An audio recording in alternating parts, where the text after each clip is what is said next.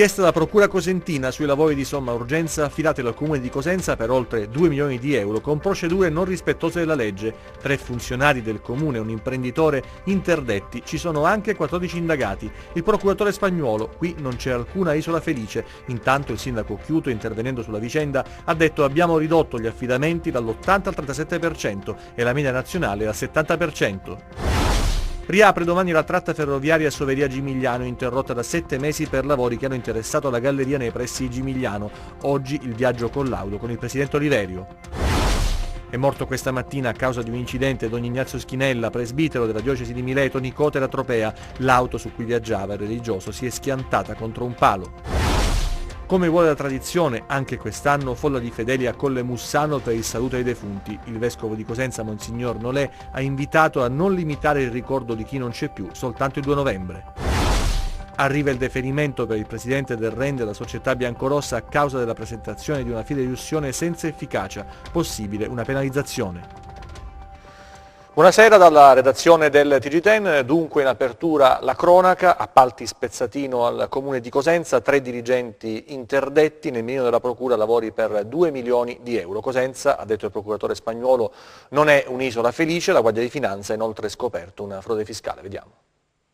Eccoli gli agenti della polizia tributaria negli uffici del comune di Cosenza. I finanzieri hanno esaminato 5.000 determine dirigenziali nel palazzo di città, un lavoro minuzioso da cui sarebbe emerso quello che gli inquirenti definiscono sistema appalti rivalcrati, misure interdittive per 3 funzionari del municipio e un imprenditore. Si tratterebbe dei dirigenti Arturo Bertucci, Carlo Pecoraro e Domenico Cuconato e dell'imprenditore Francesco Amendola. 14 gli indagati, le indagini partite dall'esposto del senatore pentastellato Nicola Morra, un consolidato modus operandi secondo la procura che ha vagliato centinaia di contratti per il conferimento dei lavori. Quello che noi abbiamo accertato in questa attività investigativa sono stati rapporti diretti tra dirigenti del comune e imprese, e quindi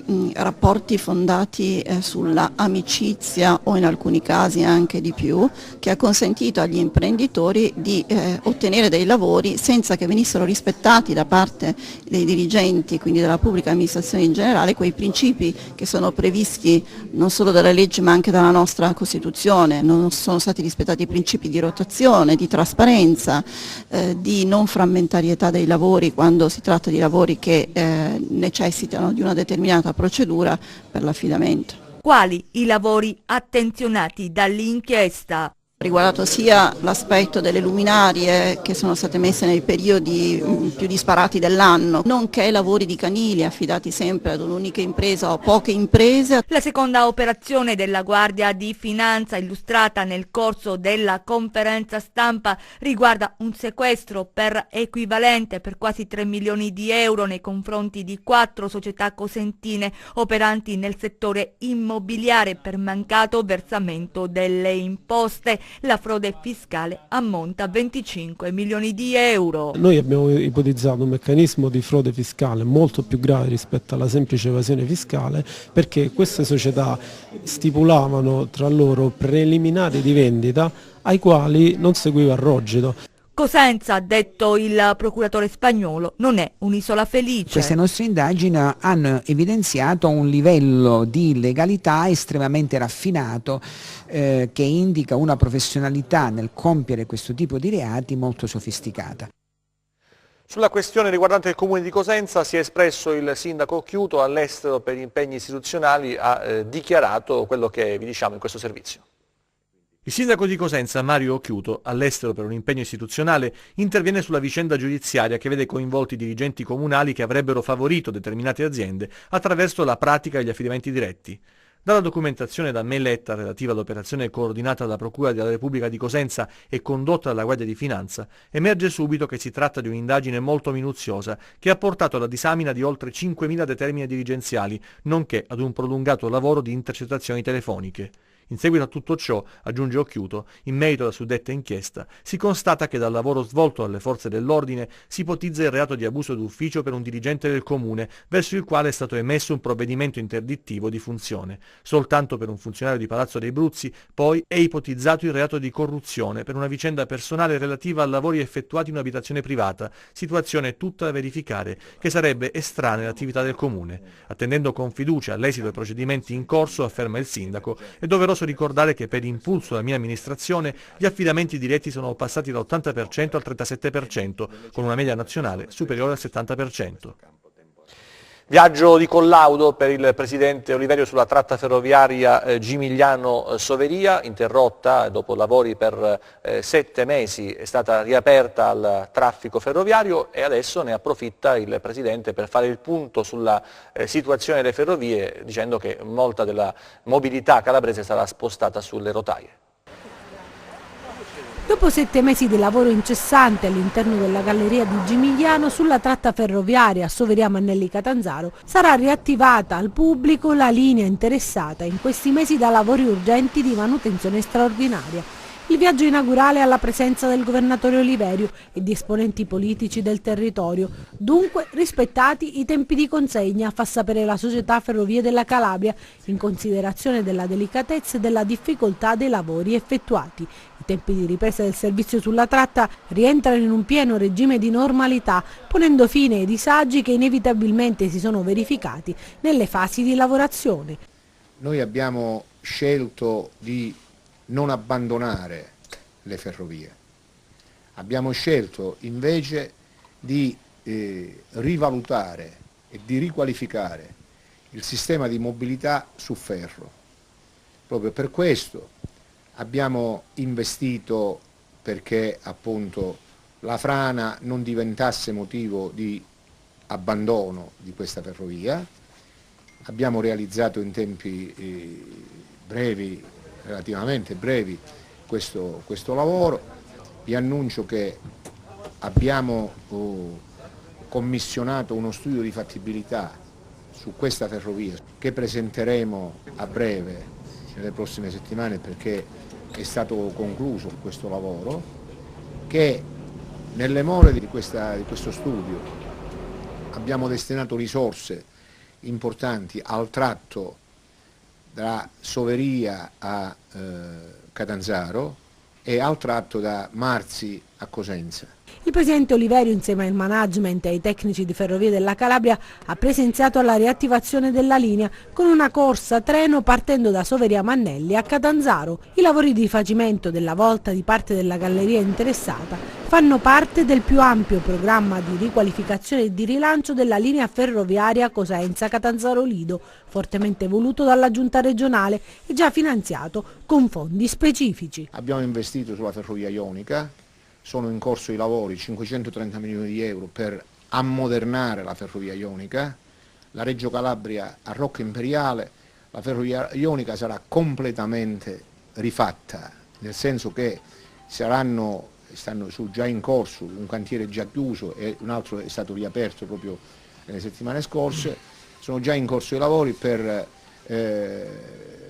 sostituire l'intero armamento, cioè il binario, l'armamento. Sono stati già programmati i lavori per l'abolizione dei passaggi a livello, sono programmati i lavori per l'ammodernamento anche delle stazioni ferroviarie, cioè sono lavori in corso. Abbiamo già programmato 300 milioni di risorse, i cui lavori cominceranno nel 2018, perché da Catanzaro Lido a Lamezia aeroporto poi ci possa essere il collegamento ferroviario.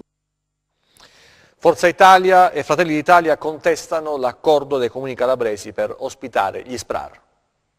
Prove di reunion del centrodestra a Cittanova. Collante dell'Unione è il progetto SPRAR, ossia il sistema di protezione richiedente asilo e rifugiati, a cui ha aderito l'amministrazione guidata dal sindaco Francesco Cosentino. Forza Italia e Fratelli d'Italia, con un documento condiviso, attaccano sindaco e giunta sulla scelta del primo cittadino e ci vanno giù pesanti. Da comunisti o similari quali sono, scrivono i rappresentanti azzurri e della destra, da un lato invocano una questione di civiltà per la partita dell'accoglienza dell'accoglienza e dell'integrazione, dall'altro ricorrono al loro usuale linguaggio lanciando offese nei confronti di chi, pur essendo fuori dal Consiglio comunale, svolge un ruolo attivo e di vigilanza su atti e decisioni che tale compagine assume, altro che civiltà, sottolineano. Ciò non esclude, affermano, di ricordare ai nostri amministratori che la firma del protocollo al sistema SPRAR ha previsto l'adesione di 144 comuni, molto meno comunque di quanto previsto e sperato dal ministro Marco Minniti. Insomma, aggiungono gli esponenti di Forza Italia e Fratelli d'Italia, da una parte si finge di non avere in alcun modo imposto l'accoglienza ai sindaci, ma dall'altra si compiace delle ingenti somme economiche destinate per premiare quei comuni, pochi ovviamente, quasi tutti a guida PD, che hanno aderito al progetto. Ci viene da pensare allora che molti dei sindaci, tra i quali il nostro primo cittadino, hanno preferito subire passivamente i diktat di partito, nonché le parole dei vari rappresentanti dell'ANCI, ormai diventato braccio operativo del PD e quindi del suo governo. Parole ben lontane dalla triste realtà delle problematiche legate all'immigrazione, affermano i rappresentanti dei partiti del centrodestra, nonché dei grossi interessi economici del mondo delle cooperative che probabilmente il nostro sindaco ignora.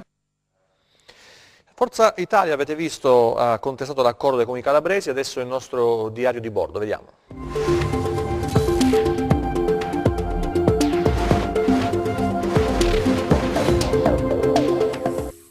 La novità, non novità, è che a Cosenza si discute dell'acqua ed è ancora a braccio di ferro con la Sorical, accusata dal comune di venir meno agli impegni assunti, e cioè 100 litri in più. Intanto interi quartieri sono a secco. Sempre a Cosenza nasce un comitato per il centro storico, voluto dall'associazione Prima che tutto crolli. Da Cosenza alla Lamezia per il Guaio Sacal, la società che gestisce l'aeroporto non avrà nuovi soci pubblici dopo l'indisponibilità dai comuni di Reggio e Crotone a sottoscrivere l'aumento di capitale. Il termine è scaduto il 30 ottobre. Morale: nessun nuovo socio pubblico per la Sacal. A Vibo c'è l'allarme lanciato dal segretario della CGIL, Luigi Denaro, secondo il quale negli ultimi 10 anni nel Vibonese si sono persi 10.000 posti di lavoro e che a patire maggiormente la crisi sono gli ex percettori di ammortizzatori sociali.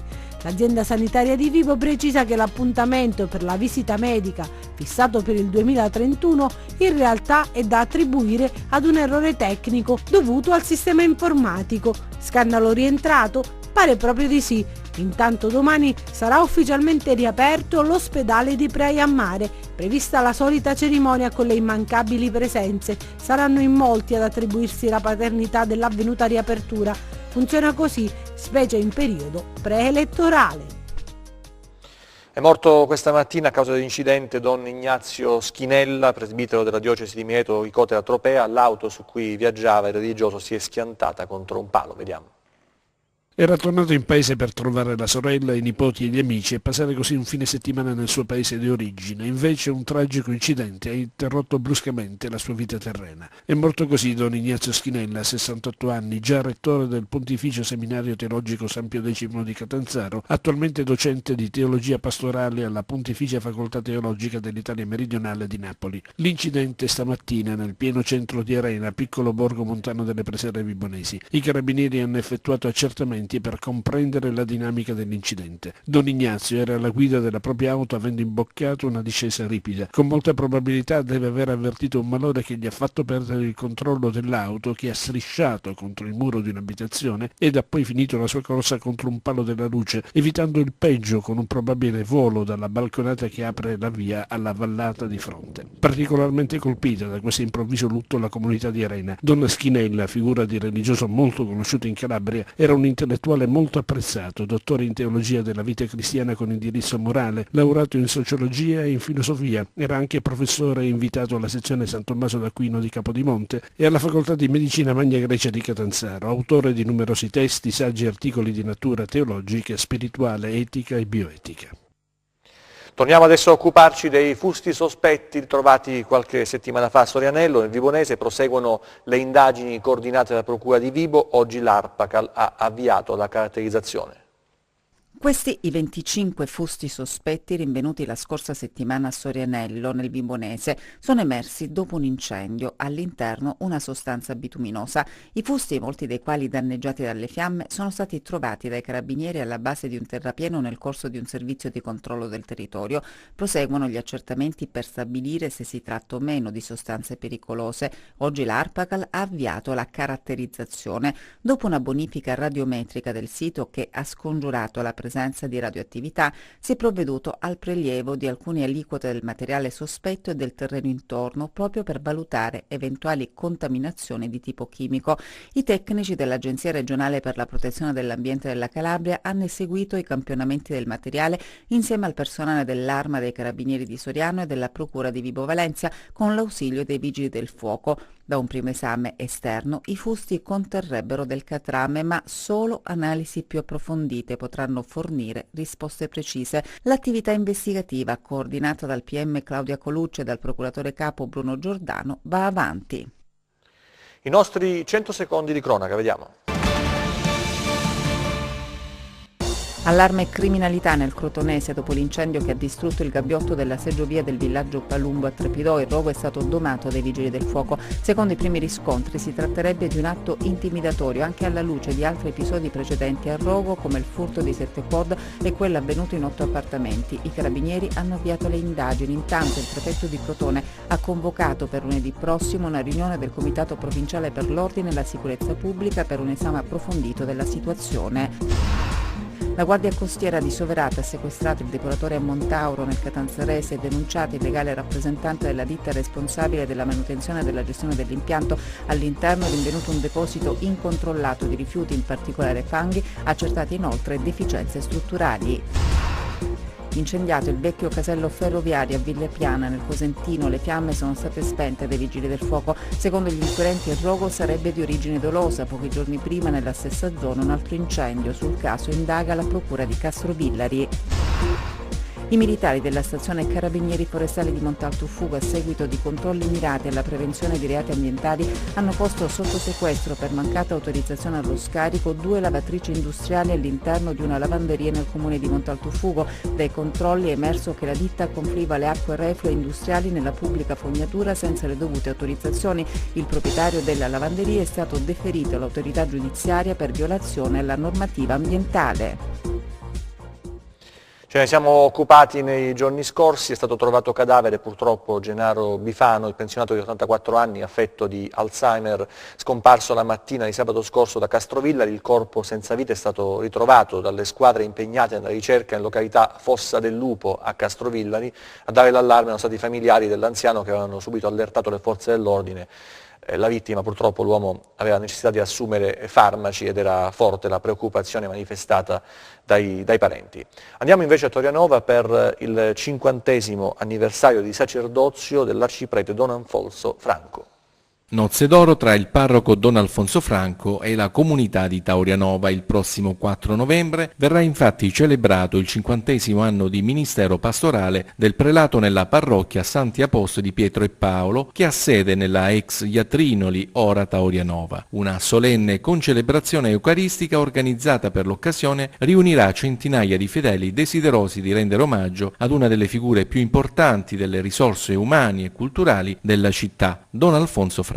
È un compito quello del parroco, che è il compito di un padre verso i suoi figli, anche se i figli molte volte dall'età anagrafica possono essere più anziani del parroco, però sono sempre figli spirituali suoi, il che significa che bisogna lavorare sulla loro vita, sul loro lavoro, sulla loro famiglia, sul loro avvenire e instaurare con loro un rapporto vero di rispetto, di amore, di carità e soprattutto improntare tutto all'amore fraterno e far sì che si possa vivere in una comunione di vita, in una comunione di serenità e di pace. Quella è la cosa più importante nella vita.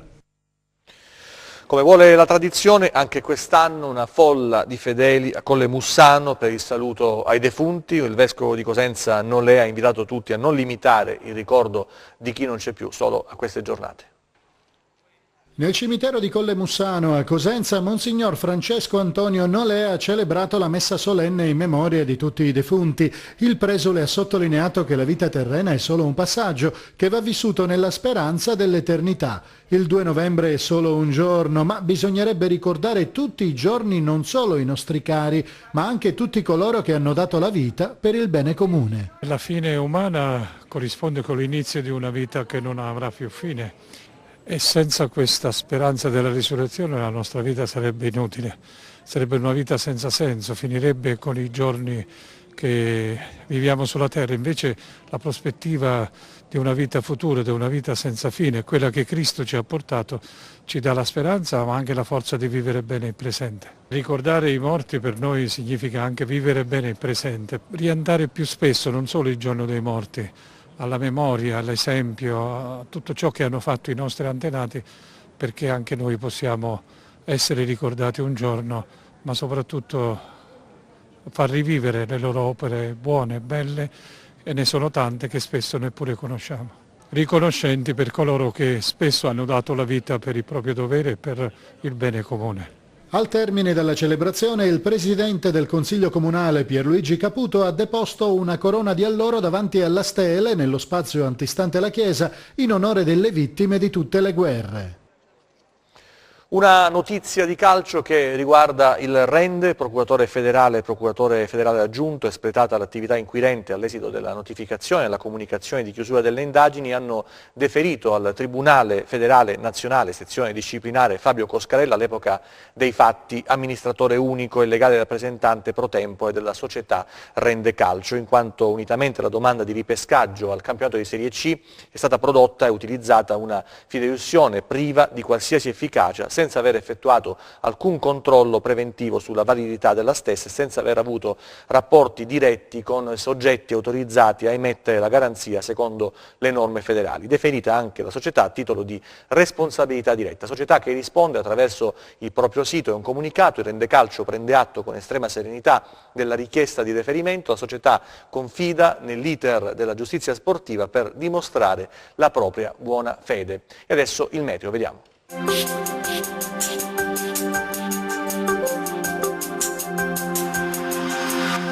Ben ritrovati dallo staff di meteoincalabria.it. Il flusso perturbato principale, apportatore di piogge e maltempo, sembra voler proprio evitare l'Italia scorrendo ad alte latitudini. Così, sulla nostra penisola, la circolazione tenderà a divenire debolmente e temporaneamente anticiclonica. È da dire comunque che nella giornata di venerdì potrebbero verificarsi deboli disturbi instabili a causa dell'influenza che eserciterà una seccatura atlantica in affondo sui Balcani. Vediamo quindi come sarà il tempo in dettaglio sulla Calabria per le prossime ore. Venerdì cieli parzialmente nuvolosi per nubi medie da ovest che potrebbero produrre sui versanti tirrenici brevi e deboli piogge. Temperature in leggero aumento le minime. Diamo adesso uno sguardo a mare e venti. Venerdì mari generalmente poco mossi ovunque, venti deboli di direzione variabile sul Tirreno, sullo Ionio invece spireranno mediamente da ovest deboli, moderati solo sul Golfo di Corigliano e Golfo di Squillace. Per maggiori dettagli sull'evoluzione delle condizioni meteo vi rimandiamo come di consueto al nostro sito internet www.meteoincalabria.it e alla nostra pagina Facebook Meteo in Calabria, su cui vi invito ad apporre il vostro mi piace. Bene, la puntata odierna termina qui, grazie ed arrivederci al prossimo appuntamento. TG che finisce qui, ci vediamo nelle prossime edizioni, grazie per la vostra attenzione, arrivederci, buona serata.